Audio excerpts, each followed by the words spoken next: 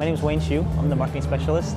I'm the product marketing manager on Katamari 2. In Katamari 1 and Katamari 2, I think before I even talk about the differences, I have to tell you the similarities.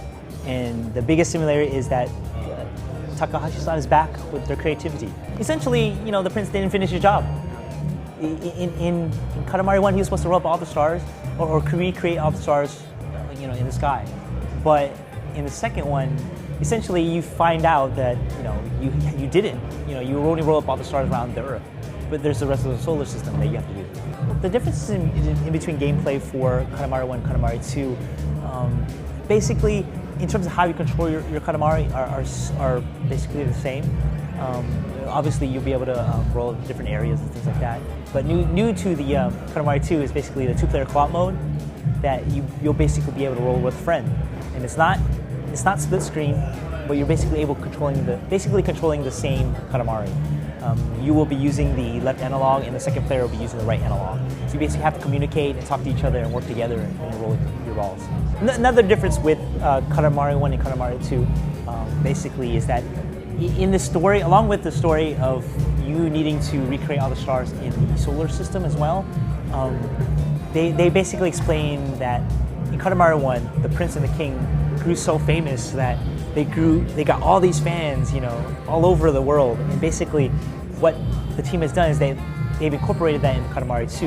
And essentially, in the first one, when you were picking your options and your stages and things like that, you were basically either on a floating mushroom or you moved over to a floating planet and things like that.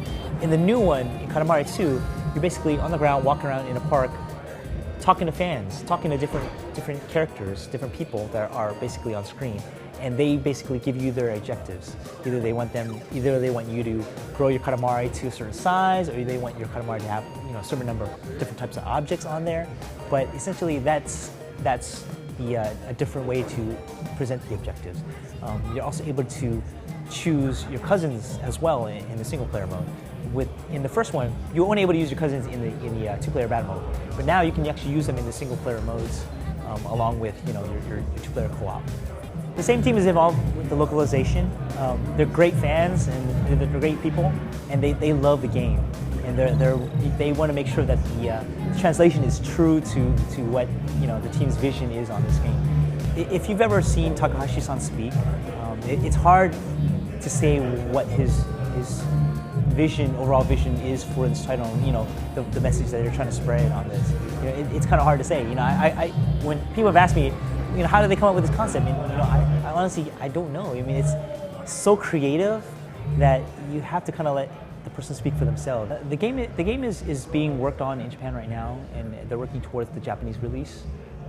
But the game will be out later on this fall.